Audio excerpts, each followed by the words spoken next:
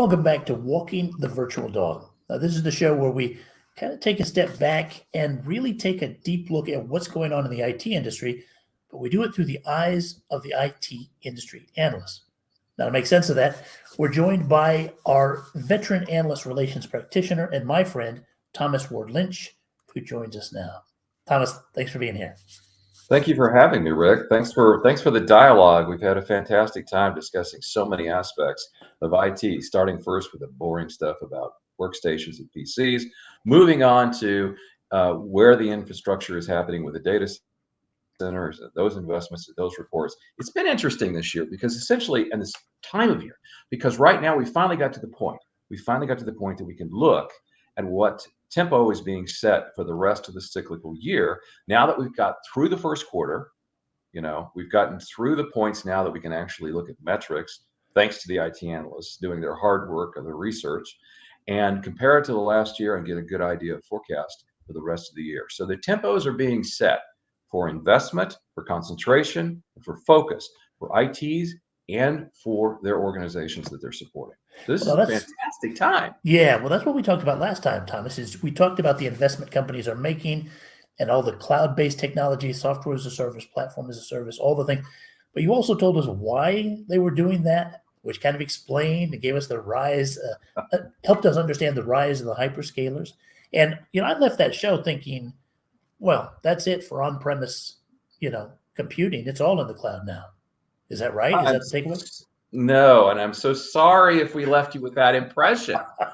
The why, of course, going back to that and stepping into the segue into this and our focus right now is the why is that, of course, generative AI is supported by large language models. All right. So that's why the hyperscalers, the larger cloud providers are winning out in the battle in terms of niche cloud providers are not necessarily doing as well, and they probably won't in this next cycle because it's about automation, it's about digital transformation, it's about that movement. We discussed that, but I hope we didn't leave anyone with the impression that this is a forced march to the cloud.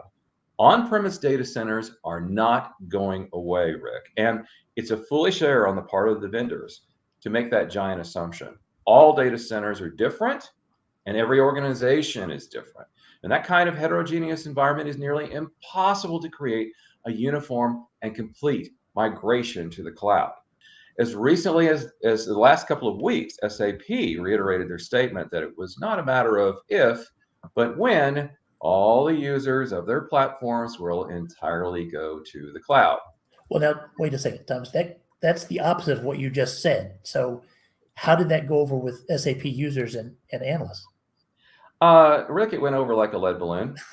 That's really the only way to describe it. The A-Register article had an article that reported this set of comments from Scott Russell, who's on the SAP executive board. He's a member, and he's also for customer success. That's his role and his titles.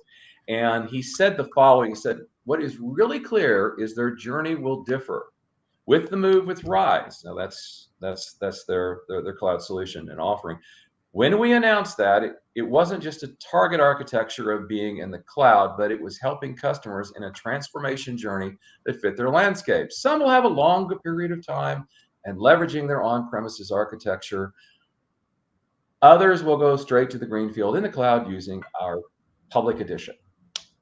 Okay, well, that completely was contradicted by the views of the customers talking to the register, as well as an analyst from Gartner.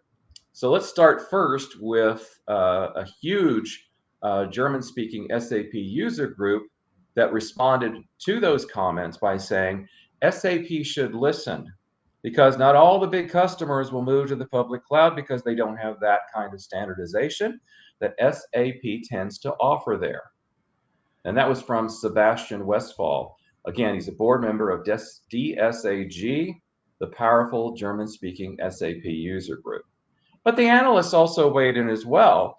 Christian Hesterman, who's a Gartner senior director and analyst, told the Register earlier in the month, and they quoted him here in this article, that the idea that everybody will be moving there more sooner than later, that is certainly wrong.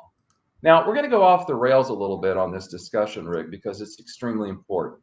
There's so many SAP accounts and users out there that are looking at what to do next and where they are going. It's important for us to take a look at some of the research that's been done. So I want to take a closer look at not so much the analyst community, but also what the SAP users are saying. And they have a huge platform for that through a newsletter that if you are an SAP user and you're not on a subscription for SAP Insider, I highly recommend it. It's a great publication and it keeps you up to date with a lot of information. So I went to SAP Insider and I downloaded and reviewed the research paper recently written by Robert Holland. Now I say recently, meaning it was in fourth quarter of 2022. So still within the last 5 months is when the research took place. Robert Holland is SAP Insider's Vice President and Research Director, and he leads the research and content development for the ERP, platform, technology, and security topics. Robert's been working in the SAP ecosystem for more than 14 years. So he's a veteran in this space, and he knows a lot of the users. And he's written more than a dozen research reports since joining SAP Insider.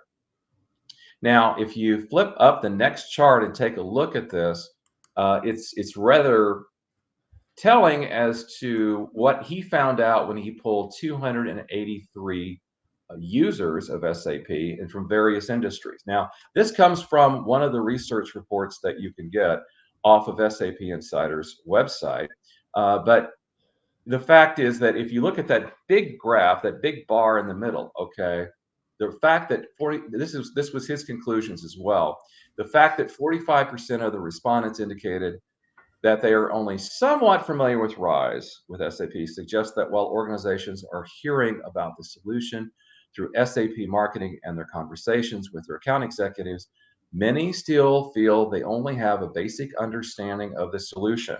While some of this lack of familiarity may stem from a focus on day-to-day activities, part of the issue rests with SAP's messaging, which is focused more on the big picture than on the specific benefits that RISE with SAP brings. So coming back to taking this chart down, let's just talk for a second about what we're seeing here, Rick, because it's really important for us to do some conclusions here. It's not just SAP.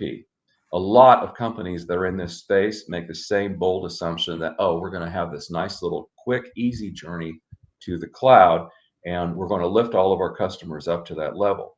But the practicality of that, and also total cost of ownership, simply doesn't match up with that particular equation.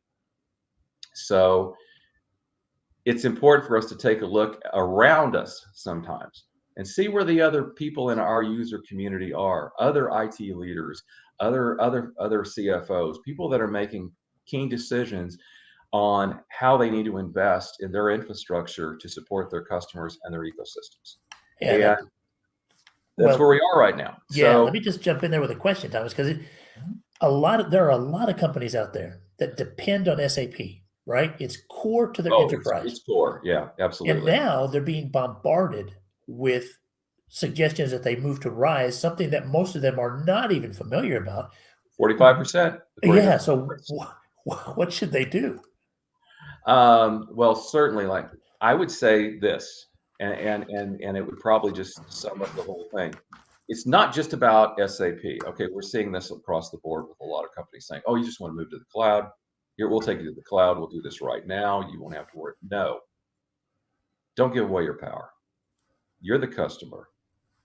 You're the one that knows what your organization needs, and one of the things your organization needs may not only be the bells and whistles that are being flaunted to you by any vendor. What really is important is that you have a cost-effective, lean, performing organization that's focused on customer satisfaction. Thomas, I love it. That is fantastic advice. Next time we talk, winners and losers, you're going to give us some, what do you call it, extra credits? Extra credits, things to, I've got a few links that we'll share whenever we reference the newsletter that we put out in conjunction with all of these shows and these segments. And essentially we'll point out some of the winners in the business, also some big losers in the business. Also in the winner circle, just go back to the positive side, I got to do something I don't normally get to do, and that is to point out that a city actually won an award and recognition by the IT analyst community. So that was pretty special. So we'll talk Wow. all about that. Yeah, we're going to have to get into that. Thank you all for joining us on Walking the Virtual Dog.